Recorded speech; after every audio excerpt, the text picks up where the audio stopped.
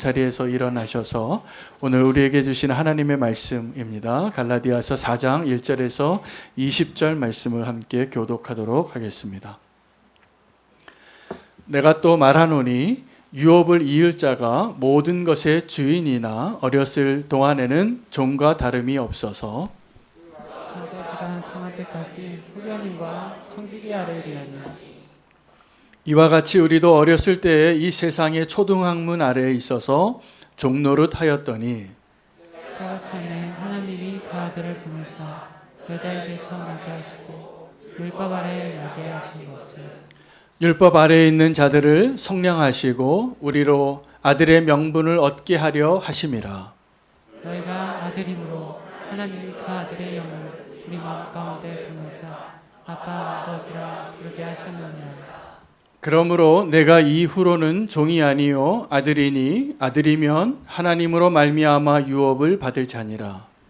그러나 너희가 그때는 하나님을 알지 못하여 본질상 하나님이 아닌 자들에게 종노릇 하였더니 이제는 너희가 하나님을 알 뿐 아니라 더욱이 하나님이 아신 바 되었거늘 어찌하여 다시 약하고 천박한 초등학문으로 돌아가서 다시 그들에게 종노릇 하려 하느냐. 너희가 날과 달과 절기와 해를 삼가 지키니 내가 너희를 위하여 수고한 것이 헛될까 두려워하노라. 형제들아 내가 너희와 같이 되었은즉 너희도 나와 같이 되기를 구한다. 너희가 내게 해롭게 하지 아니하였느니라. 내가 처음에 육체의 약함으로 말미암아 너희에게 복음을 전한 것을 너희가 아는 바라. 너희를 시험하는 것이 내 육체에 있으되 이것을 너희가 업신여기지도 아니하며 버리지도 아니하고 오직 나를 하나님의 천사와 같이 또는 그리스도 예수와 같이 영접하였도다. 너희의 복이 지금 어디 있느냐? 내가 너희에게 증언하노니 너희가 할 수만 있었더라면 너희의 눈이라도 빼어 나에게 주었으리라. 그런즉 내가 너희에게 참된 말을 함으로 원수가 되었느냐. 그들이 너희에게 대하여 열심내는 것은 좋은 뜻이 아니요 오직 너희를 이간시켜 너희로 그들에게 대하여 열심을 내게 하려 함이라. 좋은 일에 대하여 열심으로 사모함을 받으면 내가 너희를 대하였을 때뿐 아니라 언제든지 좋으니라. 나의 자녀들아 너희 속에 그리스도의 형상을 이루기까지 다시 너희를 위하여 해산하는 수고를 하노니 함께 읽겠습니다. 내가 이제라도 너희와 함께 있어 내 언성을 높이려 함은 너희에 대하여 의혹이 있음이라. 아멘. 하나님의 말씀입니다. 자리에 앉으시겠습니다.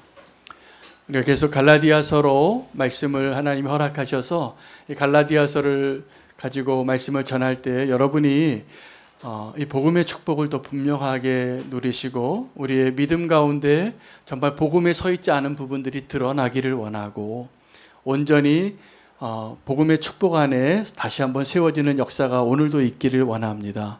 오늘 이 갈라디아의 내용 가운데 아주 중요한 내용들이 많이 있지만 이 말씀을 준비하면서 하나님이 저에게 주신 가장 강력한 메시지가 오늘 제목이었습니다. 너희의 복이 지금 어디 있느냐. 한글 성경에는 너희의 복이 지금 어디 있느냐라고 번역이 되었지만 영어 성경을 보면 조금 더 다른 의미로 해석이 되어져 있습니다. 너희의 기쁨이 지금 어디 있느냐라고 기록이 되어져 있습니다. 여러분 예수 믿고 우리가 신앙생활을 하면서 기쁨으로 지금 이 자리에 예배하고 있습니까? 기쁨으로 주의 일을 하고 있으십니까? 만약에 기쁨이 사라지고 내가 지금 신앙생활을 하는데 반복되어지는 익숙해진 그 예배에 기쁨이 사라졌다면 오늘 이 말씀을 통하여 주님께서 저와 여러분에게 다시 한번 선명한 복음을 보여주시고 오늘 주님이 원하시는 그 기쁨이 다시 회복되어지는 역사가 있게 되어지기를 소망합니다. 바울이 그 갈라디아 성도들이 복음을 영접하고 복음을 알고 복음을 누렸다가 다시 율법으로 돌아가서 잘못된 열심으로 돌아가는 그들의 모습을 보고 하는 이야기입니다. 그래서 이렇게 비유를 하는데 종과 아들이 초등학문을 지날 때 그 청지기의 보호 아래 있을 때 그 청지기의 권위 아래 있을 때는 종이나 아들이나 똑같다는 겁니다. 그러나 때가 참해라고 그래요. 그 때가 참해, 그 이후에는 이제 너희가 종이 아니라 아들인 것을 알고 사는 자가 된다는 것입니다. 여러분, 우리의 기쁨이 어디 있냐면 우리의 삶이 예수 믿고 하나도 안 바뀔 수 있습니다. 어느 날 갑자기 취업이 안 된 사람이 취업이 되고 병든 사람이 병이 낫고 이런 게 예수님 믿고 나서의 변화가 아니에요. 사실은 예수님 믿고 내 삶은 그대로 있을지라도 내 삶의 기쁨의 이유가 완전히 달라지는 게 복음의 변화입니다. 그래서 이전에는 내가 기뻐하던 것이 달랐어요. 그런데 예수님을 온전히 믿고 참된 복음을 누리는 자에게 주시는 하나님의 축복은 이제 세상이 알 수도 없고 세상이 줄 수도 없는 그 기쁨으로 사는 것이어야 합니다. 오늘 그 구분을 뭐라고 이야기하고 있냐면 바울이 하나님의 구원의 계획의 역사 가운데, 섭리 가운데 때가 참해, 그러니까 하나님의 때가 있는 것이죠. 그 때가 참해 하나님이 어떤 일을 우리의 구원을 위하여 행하셨냐 하면 때가 참해 자기의 아들을 보내셨다는 것입니다. 그리고 때가 참해 그 아들의 영을 보내주셔서 아바, 아버지라고 부를 수 있게 하신 것입니다. 이것이 우리가 예수 믿는 그 가정 가운데 그 복음의 진리를 경험하고 내가 누구인지를 분명히 알게 되어서 이제는 내가 더 이상 종이 아니라 하나님의 자녀이구나 라는 것을 깨닫게 되어진 것이 그냥 되어지는 것이 아니라 예수 그리스도와 예수 그리스도의 영으로 가능한 것. 여러분, 하나님의 자녀이십니까? 아멘이죠? 이렇게 고백할 수 있는 것은 두 가지 이유 때문이에요. 정말 예수 그리스도께서 저와 여러분을 종 노릇하고 종된 자로 살던 우리를 자녀로 바꾸어 주시기 위하여 예수 그리스도가 보냄받아서 이 땅에서 십자가를 지셨기 때문이에요. 그 종 노릇하던 자들을 속량하시기 위하여 예수 그리스도께서 십자가에서 죽으시고 부활하셨기 때문에 이 일이 가능한 것입니다. 그리고 이제 우리가 내가 누구인지를 알아서 더 이상 종이 아니라 자녀로서 살게 되어지는 그 일도 어떻게 가능하냐면 성령으로 가능한 거예요. 그 아들의 영을 보내주셔서 아바, 아버지라 부를 수 있게 해주신 것입니다. 여러분, 이 복음의 진리에서 흔들리시면 안 됩니다. 그런데 문제는 우리가 이 갈라디아 성도들처럼 우리의 믿음이 너무나 많이 흔들리는 거예요. 그 우리의 믿음이 흔들린 증거가 뭐냐 하면 너희의 기쁨이 지금 어디 있느냐. 우리가 주님과 함께 살아가면서 우리의 기쁨이 이제 예수 그리스도, 나를 구원하신 예수 그리스도의 십자가로 인하여 기뻐하는 그 복음의 기쁨보다 언제부턴가 세상에서 즐거운 것들이 나의 기쁨이 되기 시작해요. 내가 이 땅에 있는 것을 소유하는 것이 더 기뻐지기 시작해요. 여러분, 예수님이 선한 청년을 만나서 그가 어떻게 해야, 어떤 선한 일을 해야 내가 영생을 얻겠냐고 질문했을 때 예수님이 그에게 좋은 대답을 해주셨어요. 말씀이 뭐라고 기록이 되었냐고. 그래서 하나님을 사랑하고 내 이웃을 사랑하라. 그 율법을 다 지켰다고. 훌륭한 청년이죠. 그런데 그 청년이 근심하고 돌아갔습니다. 왜요? 그에게 재산이 많았기 때문에요. 여러분, 재산이 많다라는 것이 무엇을 의미합니까? 이 땅에 있는 나의 기쁨이 많은 거죠. 그래서 예수님이 나를 버리라, 그것을 다 팔아서 가난한 자들에게 나눠주고 나를 따르라. 네가 정말 선한 행위를 해서 영생을 얻기를 원한다면 내가 정답을 말해 주었는데 그 선한 청년이 근심하고 돌아갔다라는 사실이에요. 여러분, 그 모습이 우리 모습 아닙니까? 우리가 예수님 믿는데 예수님보다 더 좋은 게 많아져서 예수님으로 인하여 온전히 기뻐하는 그 기쁨을 잃어버리다 보니까 자꾸 세상의 기쁨과 세상의 즐거움이 나를 정말 행복하게 해줄 것 같고 나를 구원할 것 같고 내가 의지하고 싶은 무언가가 되어버려 가는 그 과정에 있을 때 오늘 이 갈라디아서의 말씀이 다시 한번 저와 여러분의 기쁨의 대상이 바뀌고 온전히 그 복음의 기쁨으로 회복되어지는 역사가 우리 가운데 있기를 원합니다. 우리가 이 때가 참에 이전에 우리의 모습을 오늘 말씀이 설명해 주는데 두 가지 종노릇을 했어요. 하나는 죄의 종노릇을 했고 또 하나는 이 하나님의 율법의 종노릇을 했습니다.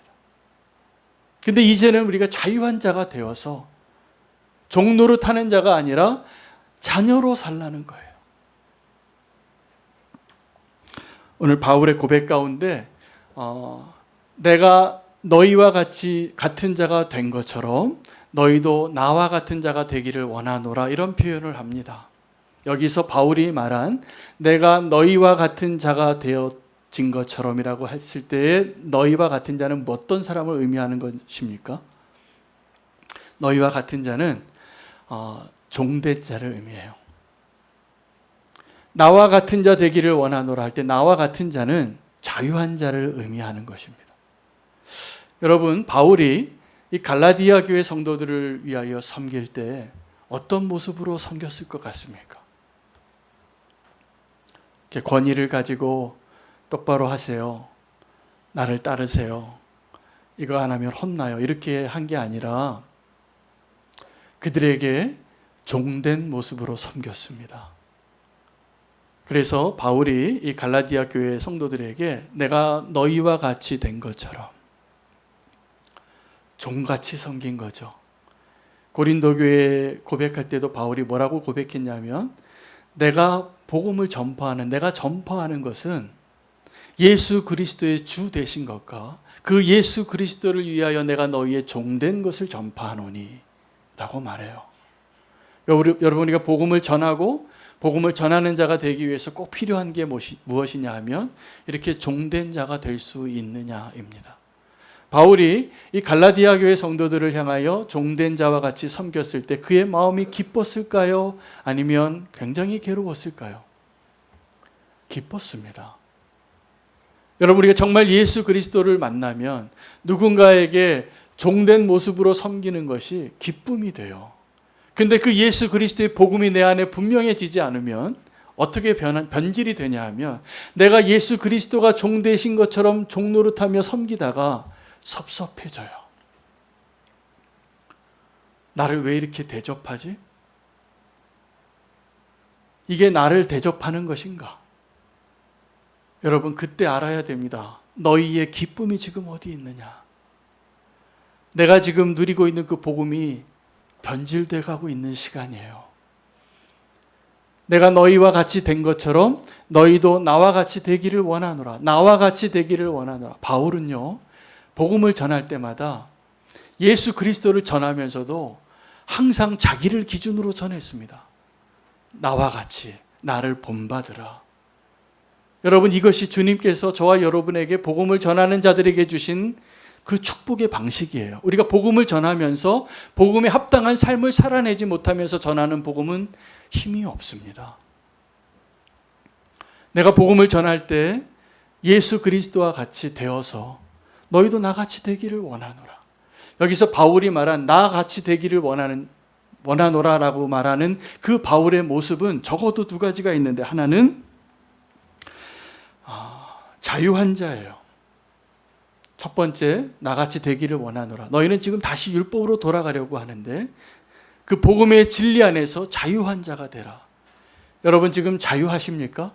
혹시 예수님 믿으면서 아직도 여전히 그 죄의 종노릇하고 여전히 그 율법에 갇혀있는 자는 자유한 자가 아니에요.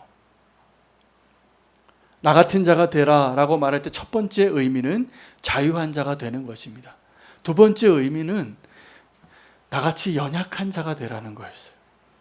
오늘 너희의 복이 지금 어디 있느냐라고 말할 때 바울이 이어서 하는 그 설명이 뭐냐 하면 내가 너희 가운데 사역할 때 내가 육체의 연약함이 있어서 너희가 나를 버릴 수도 있고 나를 조롱할 수도 있고 천하게 여길 수도 있는데 그렇게 하지 않고 나를 천사같이 대하고 예수님처럼 영접해 줬다는 거예요. 그들의 사랑을 이야기하는 겁니다. 그런데 그들의 사랑이 어떻게 이 바울에게 천사처럼 예수님처럼 대하게 됐냐 하면 바울의 연약함 때문이었습니다. 여러분의 삶 가운데 하나님이 나에게 아픈 손가락을 주신 게 있을 겁니다. 누구한테 좀 자랑하고 싶지 않고 좀 숨기고 싶은 나의 아픔들. 여러분, 그것이 복음의 통로인 것을 꼭 아십시오. 나의 연약함이 복음의 통로입니다. 바울이 이 갈라디아 교회 성도들에게 복음을 전할 때 그의 탁월한 언변으로 그의 타고난 그 경력으로 그가 아주 이 추천서에 쓸 내용이 많았거든요. 근데 그 육체의 자랑을 하나도 하지 않았어요. 오직 성령이 역사하시고 예수 그리스도의 복음의 능력이 드러나는 것으로만 전했어요. 그러기에 가장 좋은 조건은 뭐냐면 나의 연약함입니다. 그 바울의 연약함 가운데 오늘 우리가 예측할 수 있는 것은 그 육체의 연약함이 그 고린도 후서 12장 7절에 보면 이렇게 표현되어 있습니다. 여러 계시를 받은 것이 지극히 크므로 너무 자만하지 않게 하려고 내 육체의 가시 곧 사탄의 가시를 주셨으니 나를 쳐서 너무 자만하지 않게 하려 하심이라. 이게 고린도 후서 12장 7절의 말씀인데, 이 바울의 육체의 가시가 무엇인가? 성경을 연구하고 공부하신 많은 분들이, 학자들이 주석을 한 3가지 정도로 추측을 해요. 첫 번째는 그 육신의 질병이다. 근데 그 육신의 질병 가운데 안질병이다. 왜냐하면 바울이 다메섹 도상에서 예수님을 만날 때 아주 강력한 빛을 보아서 장님이 됐거든요. 그리고 아나니아 형제가 와서 그 허물을 벗겨줌으로 인해서 다시 보게 되었죠. 눈을 다시 보게 되었는데 그때 이 시력이 많이 손상됐을 것이라 그렇게 추측할 수 있습니다. 첫 번째는 그 안질이다. 두 번째는 그가 결혼한 자였지만 예수 그리스도를 전하느라고 독신으로 살았습니다. 천국을 위하여 스스로 고자된 자였어요. 그의 마음 안에 육신의 정욕이 남아있어서 그게 정욕이 일어날 때마다 그가 넘어지게 하는, 마음이 넘어지는, 범죄하진 않았겠지만 그런 연약한 가시였을 것이다 라고 추측하는 해석이 있습니다. 세 번째는 그의 대적들이 너무나 많아서 정말 사단의 가시다 라고 이렇게 해석이 될 수도 있습니다.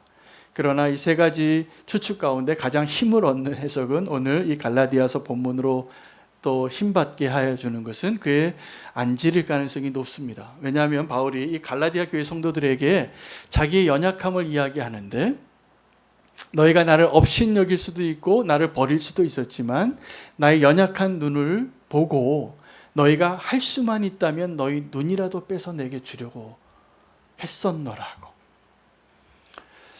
여러분 혹시 여러분의 장기를 누구에게 줘 보셨습니까? 내가 살아있는데? 보통 사랑이 아닙니다. 그런데 이 바울이 내 육체의 연약함을 보고 이 갈라디아 교회 성도들이 나를 위하여 너희가 할 수만 있다면 너의 눈을 빼서 나에게 주었으리라라고 그들의 사랑을 지금 고백하는 거예요. 그런데 지금 바울의 입장에서 이 갈라디아 교회 성도들의 모습은 그런 사랑이 충만한 나의 베스트 프렌드의 모습이 아니에요. 바울이 보기에 강력한 의혹이 드는 사람들이에요. 이들이 지금 믿음으로 서 있는가? 다시 율법으로 돌아가려고 하고 있는 그 사람들을 향하여 너희가 나를 향하여 눈을 빼줄 수도 있는 그런 사랑이 있었던 사람들이 아니냐라고 말하는 거예요. 그런데 바울이 이야기하고 싶은 것은 그때를 보면서 너희의 기쁨이 어디 갔느냐라고 말하고 있다는 사실입니다. 여러분, 눈을 빼어줄 수 있는 그 사랑으로 누리는 기쁨을 이해하십니까? 이 세상은 이해할 수 없어요. 이 세상에서 뭐가 기쁩니까? 현금 세는 게 기뻐요. 내가 명품을 누리는 게 기쁘고, 내가 성공하는 게 기쁘고, 누가 내게 박수 쳐주는 것이 기쁘고, 누가 나를 인정해 주는 것이 기쁜 거예요. 그러나 우리가 복음 안에서 기쁜 것은 내가 누군가를 위하여 내 장기를 빼어줄 수 있을 정도로 사랑하는 자가 되어지는 것이 기쁨인 거예요. 여러분, 우리는 교회 하나님께서 올해 작은 자 사역을 맡기셨는데 이 갈라디아 교인들이 이 작은 자 사역을 하는 기쁨을 아는 자였던 것이죠. 바울이 어떠한 자였습니까? 그가 업신여길 수도 있고 버림받을 수도 있는 연약한 사도인데 그 사도를 보고 내 눈을 빼줄 정도로 사랑하고 싶은 마음이 든 거예요. 이거는 주님이 하시는 겁니다. 그런 사랑은. 그래서 그런 사랑으로 누렸던 그들을 향하여 지금 너희의 기쁨이 어디 갔냐고. 여러분, 지금 그 기쁨 갖고 계시죠? 아니라면 오늘 이 시간을 통해서 그 기쁨이 다시 회복되어지기를 축복합니다. 우리는 교회에 제가 작은 자 사역을 주님께서 우리에게 부탁하신 것이 놀라운 축복이에요. 왜 축복이냐? 여러분, 세상에서 그걸로 기뻐하지 않아요. 기뻐할 이유가 없어요. 감옥에 갇힌 자, 가난한 자, 나그네 된 자, 병든 자 찾아가지 않습니다. 그들이 다 소외되어지고 아무도 찾아오지 않는 그들을 향하여 찾아가는 그 기쁨을 회복하라고. 우리에게 그 부르심을 주신 거예요. 제가 고백을 들어보니까 그 작은 자 사역에 한 번이라도 갔다 오신 분들이 기쁘시더라고요. 그 일이 기쁘시더라고요. 이 갈라디아 교회 성도들이 그 기쁨으로 충만했던 사람들인데 문제는 지금 그 기쁨이 있냐는 거예요. 바울이 보기에 그 기쁨이 없어요. 왜 없어졌을까요? 그들에게 그 복이 지금 어디 갔느냐? 너희의 기쁨이 어디 갔느냐? 그들의 그 기쁨이 사라진 이유는 거짓 교사들이 와서 다시 그들을 율법으로 끌고 갔기 때문이에요. 근데 그 율법으로 끌고 간 그 사람들을 향하여 무슨 일을 했는지 두 가지를 소개하는데, 하나는 그들이 너희를 속여서 이간질시키고, 여러분, 첫 번째 그들이 그 거짓 교사가 한 게 그들을 이간질시키는 겁니다. 두 번째는 자기들의 열심을 따라서 열심하라고, 열심을 내라고, 그렇게 나를 따르라 라고 말하면서 율법으로 데리고 간 것이었습니다. 여러분, 지금도 사단이 하는 일이 다른 게 아니라 우리와 하나님 사이를 이간질해요. 하나님과 내가 얼마나 그렇게 친밀한 사이였는데 그 하나님의 사랑을 의심하게 해요.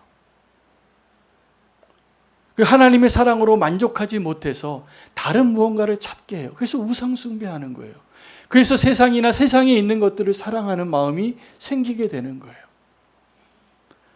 여러분, 성도들 안에서도 어떠한 말을 통해서 이간질시키는 분들이 있어요. 자기가 그렇게 의도하지 않아도.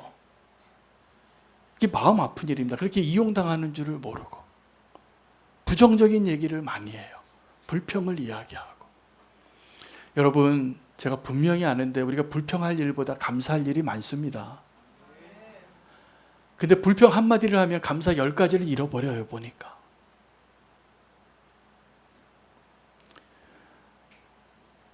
그 미혹하게 하는 자들이 와서 이간질시키고 그 기쁨을 뺏어가고 그 사이를 멀어지게 하는 거예요. 그 원수가 하는 일인 줄을 몰라요. 그리고 다른 일을 열심내게 해요.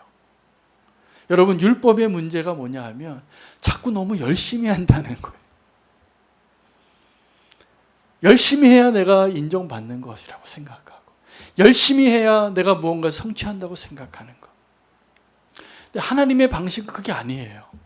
오늘 바울은 두 가지 열심을 이야기합니다. 잘못된 열심, 또 하나는 선한 일을 위한 열심이에요.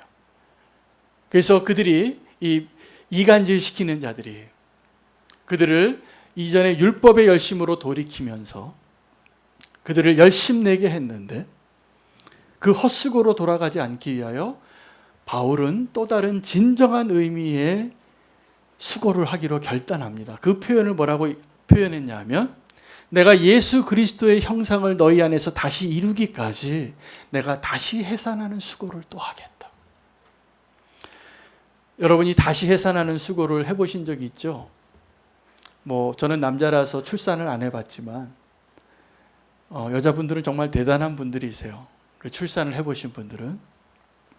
근데 어떻게 또 출산을 하시는지 기쁨 때문이지요. 근데 바울은 아비임에도 불구하고 그 출산의 고통을 이야기합니다. 다시 도자기를 굽는 것입니다. 여러분, 아주 명인이 자기 작품 도자기를 하나 이렇게 구울 때 이렇게 좀 흠이 났는데 그거 이렇게 좀 대충 땜빵해서 도자기 구울까요? 안 그럽니다. 그거 부십니다. 다시 반죽해서 다시 짓는 일이 있어도 내가 온전한 완전한 작품을 이루기 위해서 그것을 깨트려요. 근데 지금 바울은 이 갈라디아 교회 성도들을 향하여 내가 다시 해산하는 수고를 하겠다고. 여러분, 어떤 것이 헛수고입니까? 똑같은 일을 다시 하는 게 헛수고입니까? 예를 들면 제가 밤새 설교 원고를 썼는데 아침에 엔터 한번 잘못 쳐서 다 날려버렸어요. 근데 저장도 안 됐어요. 지금 바울의 심정이 그런 거예요. 내가 아주 수고해서 멋진 설교문을, 멋진 작품을 만들었는데 어떤 거짓 교사들이 와서 다 망가뜨리고 다 날려버리고 그들을 다시 율법의 열심으로 열심내게 하는 자로 바꿔버린 거예요.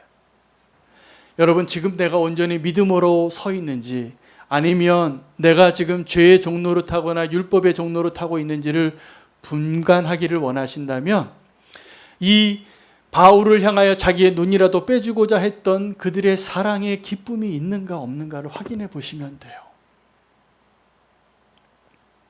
원수는 그 기쁨을 빼앗아 가려고 하고 있습니다. 더 놀라운 것은 오늘 바울이 마지막 절에 20절에 뭐라고 얘기하고 있냐면 내가 너희를 향하여 언성을 높이는 이유는 아까 화가 난 거죠.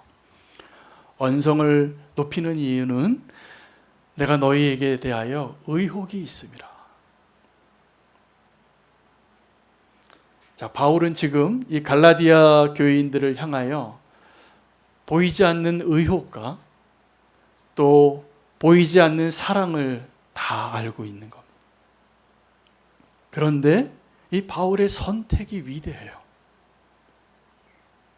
보이지 않는 의혹 때문에 분노하는 것으로 그것을 붙잡는 것이 아니라 너희가 나를 이렇게 사랑하는 자 아니었냐고. 이 세상이 줄 수 없는 그 사랑으로 충만한 자들이 아니었냐고. 그렇게 이 세상이 이해할 수 없는 사랑으로 충만하던 그 기쁨이 지금 어디 갔느냐고. 다시 이야기해주는 그 바울의 심정에는 보이지 않는 의혹으로 의심하고 그들을 버리는 것이 아니라 보이지 않는 사랑을 다시 한번 기억나게 하고 그리스도가 그들 안에서 행했던 그 아름다운 추억의 시간을 다시 회상시켜주는 거예요. 여러분, 우리가 믿음으로 살 때 이 두 가지가 항상 같이 우리 앞에 다가옵니다. 보이지 않는 의혹과 보이지 않는 사랑을 어떤 걸 붙잡고 사십니까? 만약에 여러분이 지금 기쁨으로 사시는 분들이라면 보이지 않는 사랑을 붙잡는 자예요. 그런데 내게 지금 그 기쁨이 없고 근심이 많고 염려가 되고 내 기쁨이 다 사라지고 믿음으로 사는 사람인지 잘 분간이 안 된다면 보이지 않는 의혹을 더 믿는 거예요. 여러분, 사실 우리는 아무도 믿을 만한 존재가 아니에요. 그러나 주님께서 우리에게 온전한 믿음을 주시고 그 복음의 축복을 누리게 하시면서 오늘 우리가 정말 기뻐할 수 있는 자로, 정말 행복한 자로 살 수 있는 비결을 알려주시는데 보이지 않는 하나님의 사랑, 보이지 않는 그리스도의 사랑을 붙잡고 사시기를 축복합니다. 그러면 바울이 너희의 그 기쁨이 지금 어디 갔느냐? 라고 묻지 않을 거예요. 왜냐하면 그 기쁨으로 살고 있으니까. 여러분, 우리는 여전히 지금 보이지 않는 의혹과 보이지 않는 사랑을 무언가를 선택해야 하는 삶으로 하나님 우리를 인도하고 계세요. 결단하시기 바랍니다. 원수가 원하는 대로 미혹되지 말고 그 이간질시키는 원수에 속지 마시고 하나님과 나와의 사이를 다시 한번 온전히 하나됨으로 세상이 알 수 없는 그 사랑의 자리로 다시 돌아오세요. 나와 같은 자 되기를 원하노라 말했던 그 바울의 진심은 자기 안에 역사하셨던 예수 그리스도의 복음의 축복의 자리로 다시 초대하는 것입니다. 제가 오늘 말씀을 전하면서 저와 여러분이 그 하나님의 놀라운 축복의 자리로 다시 돌아오셔서 흔들리던 믿음이 견고한 믿음으로 바뀌어서 그 기쁨을 누리고 사시는 한 분 한 분 되시기를 축복합니다. 너희의 기쁨이 지금 어디 있느냐? 여러분의 심정 안에 있기를 축복하면서 결단하며 나아가겠습니다. 우리가 노래하고